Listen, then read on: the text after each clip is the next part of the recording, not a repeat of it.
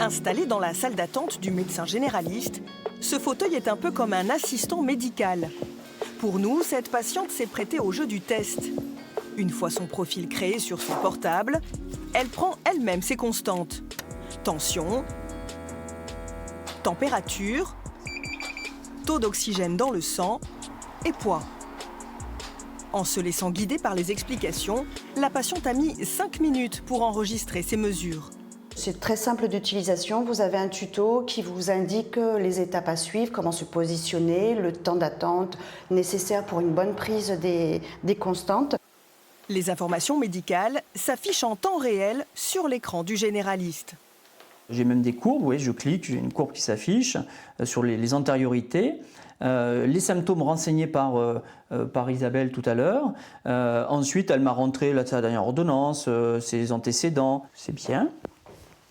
Alors, est-ce que vous avez d'autres signes cliniques que ceux que vous avez indiqués sur IGIA? En moyenne, un médecin généraliste consacre une quinzaine de minutes par patient.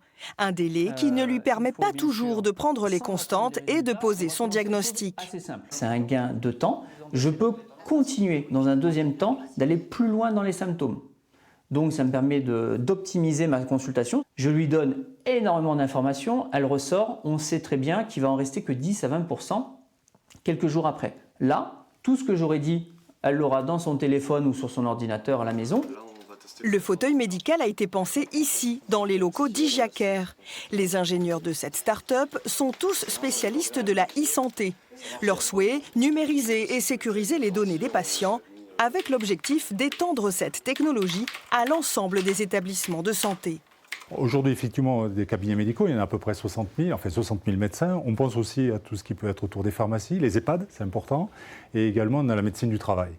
On peut éventuellement imaginer dans un deuxième temps, mais de pouvoir également le mettre dans tout ce qui est les urgences. On pense effectivement qu'il y a du sens.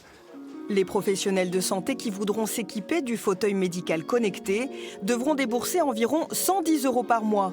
Sa commercialisation est prévue début 2020.